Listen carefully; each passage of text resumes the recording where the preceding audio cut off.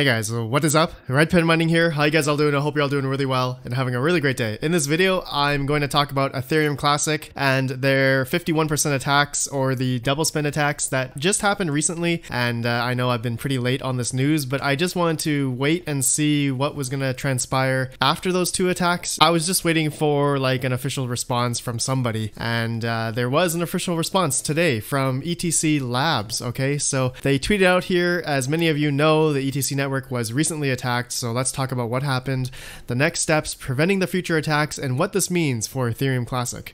Okay, so they have a Medium article here, and I'm going to be reading through this whole thing, okay? And, you know, the rest of the video, I am going to talk about the hash rate, also look at some other stuff, such as Nicehash. They have a official statement as well regarding the 51% attack allegations, so I'm going to go through that as well. Talk about my Radeon 7, which is on Nicehash since August 1st, which I believe may have participated in the 51% attack. So stay tuned for that one. And I'm also going to talk about some other stuff regarding Charles Hoskinson. It's kind of funny. And then also I want to talk about my Innosilicon A Pro near the end.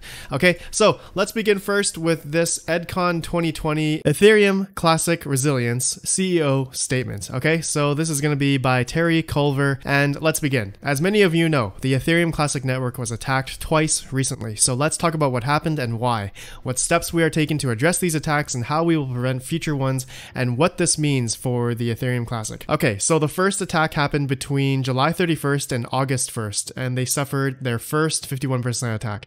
I believe this isn't their first 51% attack, because I recall another attack happening maybe a year or two ago, but don't quote me on that. And then they said, you know, roughly 5.8 million was stolen. The attacker had been mining offline for 12 hours or so. When they came back online during the early morning of August 1st, they introduced approximately 3,000 blocks to the chain, a very large reorganization. For a number of reasons, it wasn't entirely clear at first that this was a 51% attack. The initial diagnosis was disguised as an unexpected and pronounced side effect. The attack caused a chain split, which many of the Open Ethereum nodes were unable to process that large a block reorg. And as demonstrated in many of the reports that have been published since, it takes several days to gather all the information and get to a full understanding of what happened. So here we are today, you know, about 10 days later or so since the first attack. They say here, during the attack, we were in regular contact with miners and exchanges to advise on what's happening, to ask them to suspend deposits and withdrawals, and make sure that they were using the core Geth or Besu clients. So hopefully everyone has been updating all that kind of stuff. All right, now the second part here, the second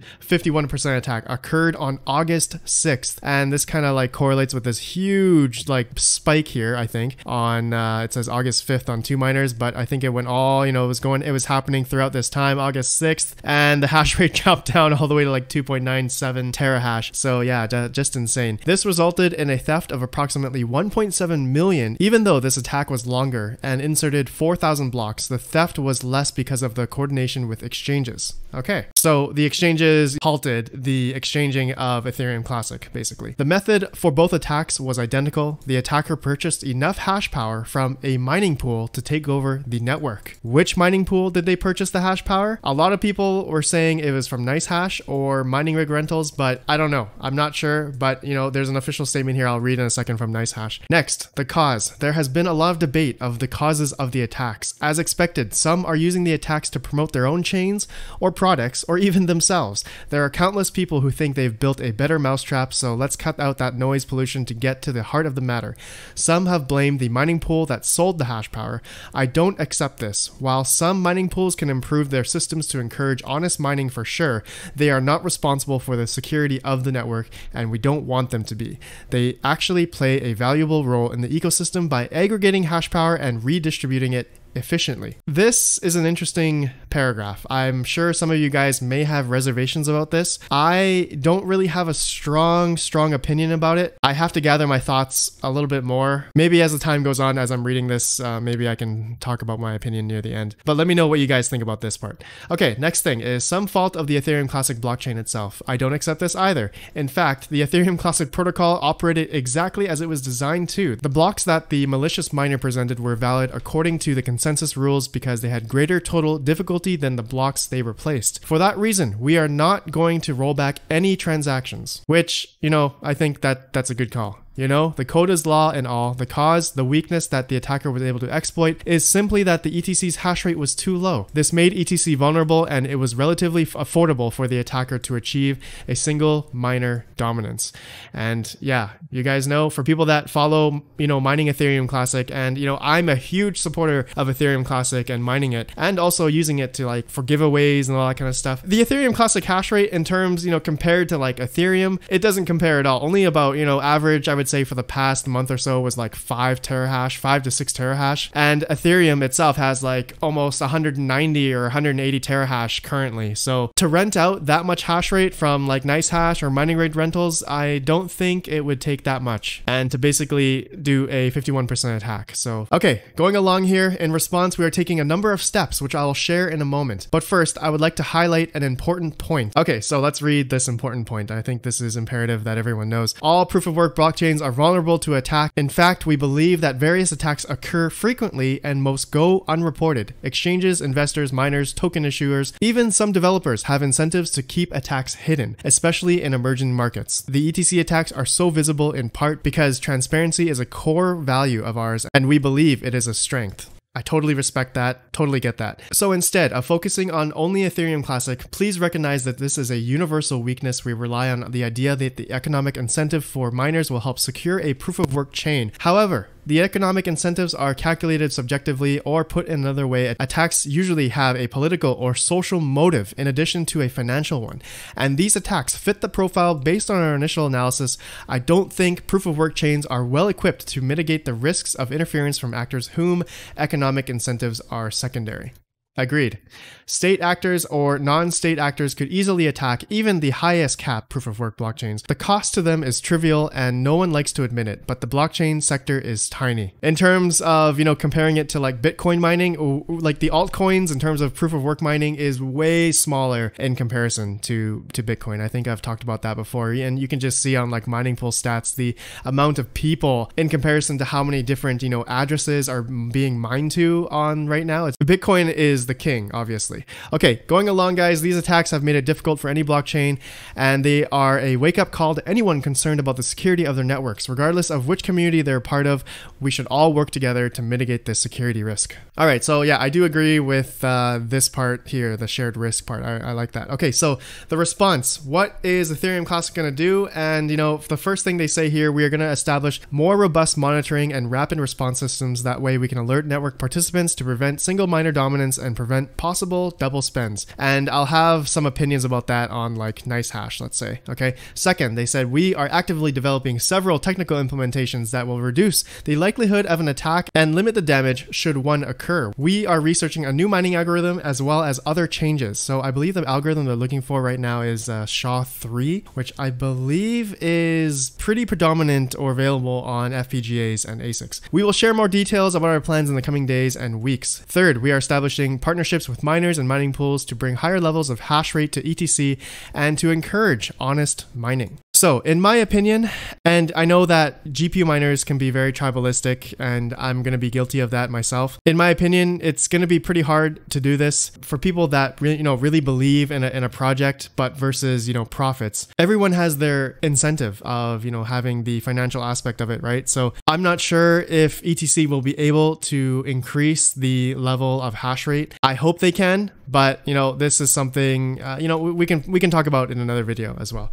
Okay, fourth thing they say here, they are going to work with Cobre and Kim and CipherTrace to assist in criminal investigation. So yeah, hopefully they can find the dude who hacked or did the 51% attacks on Ethereum Classic. Okay, so guys, the rest of the article here, you guys can read if you want, but it's all pretty awesome stuff here. Pretty good written article of straight to the point information of regarding what happened on Ethereum Classic that happened in the past week or two. Was kind of sad that this happened to Ethereum Classic. I'm a huge supporter. I totally agree with the mission that Ethereum Classic is about versus like Ethereum, for example. And it sucks. I totally feel for the developers. I feel for the project for Ethereum Classic that they had to go through this, and it's definitely a stressful time for those people. It was a stressful time for me and for some people on my Discord who also supported Ethereum Classic. This is a project we've been mining for, I would say, for me anyway, the past past 3 years.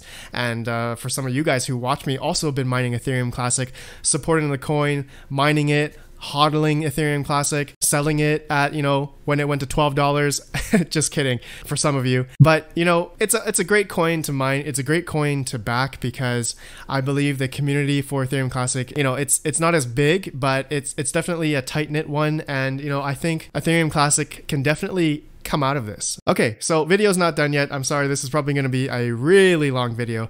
But now, you're looking at the Ethereum Classic network hash rate. It's hovering around 4.2 terahash according to 2 miners here on their network stats. And as well on mining pool stats, the Ethereum Classic hash rate is roughly about 4.10 terahash. Okay, so a little bit lower than what it's used to been. And seriously, if we go to the all-time chart here on 2 miners, really the hash rate is back down to like the middle of like 2017 days. So this is quite a low hash rate difficulty. And Ethereum Classic did have a fifthening recently, so the block rewards, correlation to the price, profitability, all that kind of stuff, people are always going to look at that. So I think that's why the Ethereum Classic hash rate is also lower.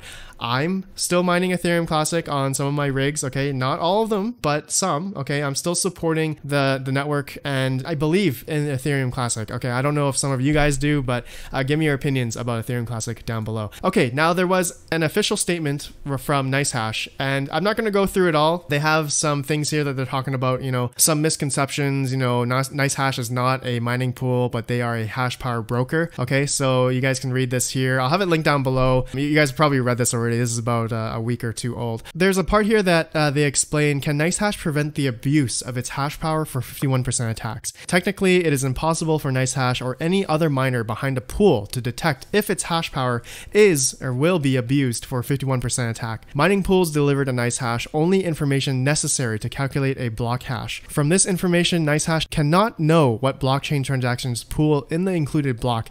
Is this block a part of a legitimate or parallel blockchain? What is the beneficiary address of the reward, etc.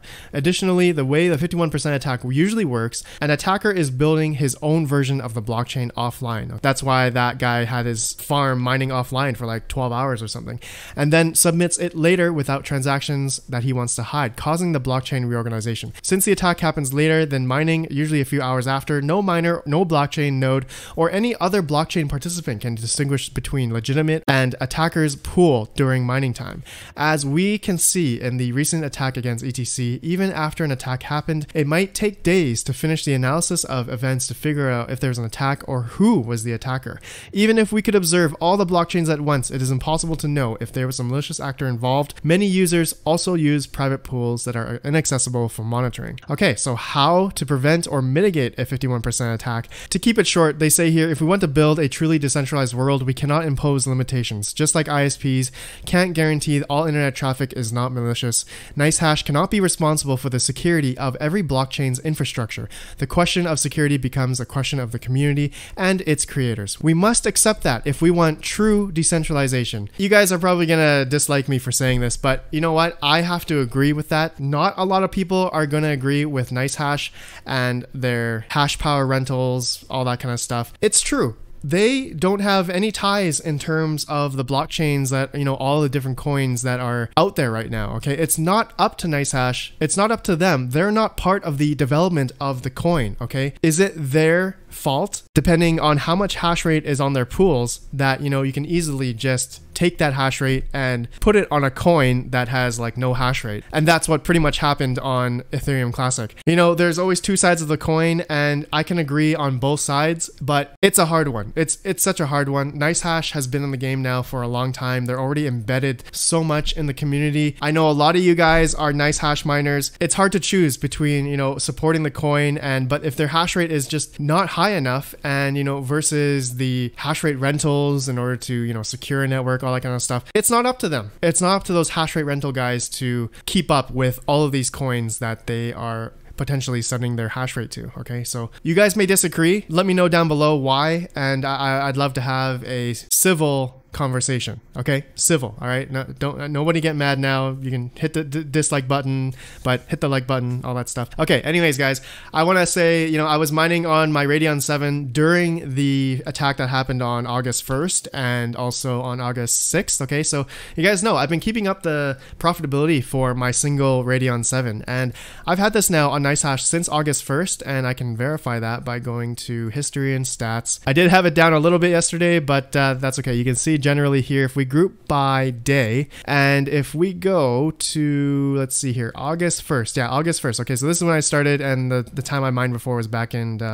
December there. Okay, so August 1st, I made about $1.51 that day, and then August 2nd, it was $3.12. You know, looking at the hash rate rental here, I don't see any big disparity here. I think I started in the middle of the day, so that's why it's not like showing $3. But let's go to August 6th, and you know, looking at that date here, or August 5th, I believe that's when the second 51% attack happened. You can see that I got a little bit more BTC on this day.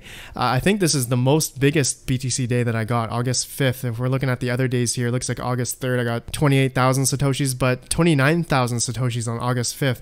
So if that guy or the hacker used, you know, obviously used Bitcoin in order to rent out the hash rate for Dagger Hashimoto on Nicehash, then I think my single Radeon 7 must have been in that 51% attack on Ethereum Classic. I feel so bad. I feel super guilty, but I'm sure for some of you guys who are on Nicehash right now, maybe possibly mining on Dagger Hashimoto, the same thing happened to you, okay? You guys were involved in that. So how do you feel? I feel terrible. I just feel terrible. But this is the only rig that I have on Nicehash, and I actually have my Z15 off Nicehash now. I was mining it on Nicehash, but I'll have another video on Thursday just talking about I'm going to move it off to a new profit switching program. Anyways, that's neither here or there. I just wanted to quickly show you guys that if you guys were interested in my single Radeon 7 profitability. Okay, and there's one couple things here. Sorry, this video is really long. There's one final thing here from Charles Hoskinson. He's the CEO of ADA or Cardano. He has a development company called IOHK, and they wanted ETC to basically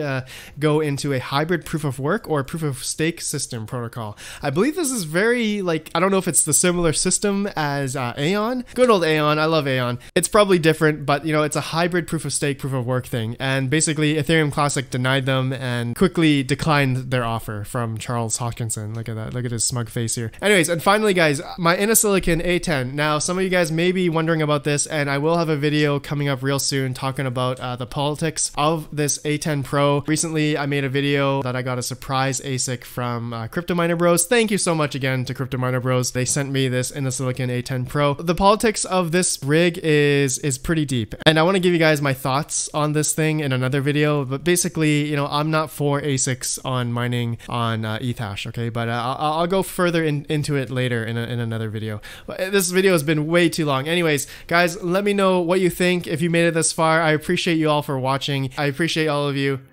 Have a good one, and peace out.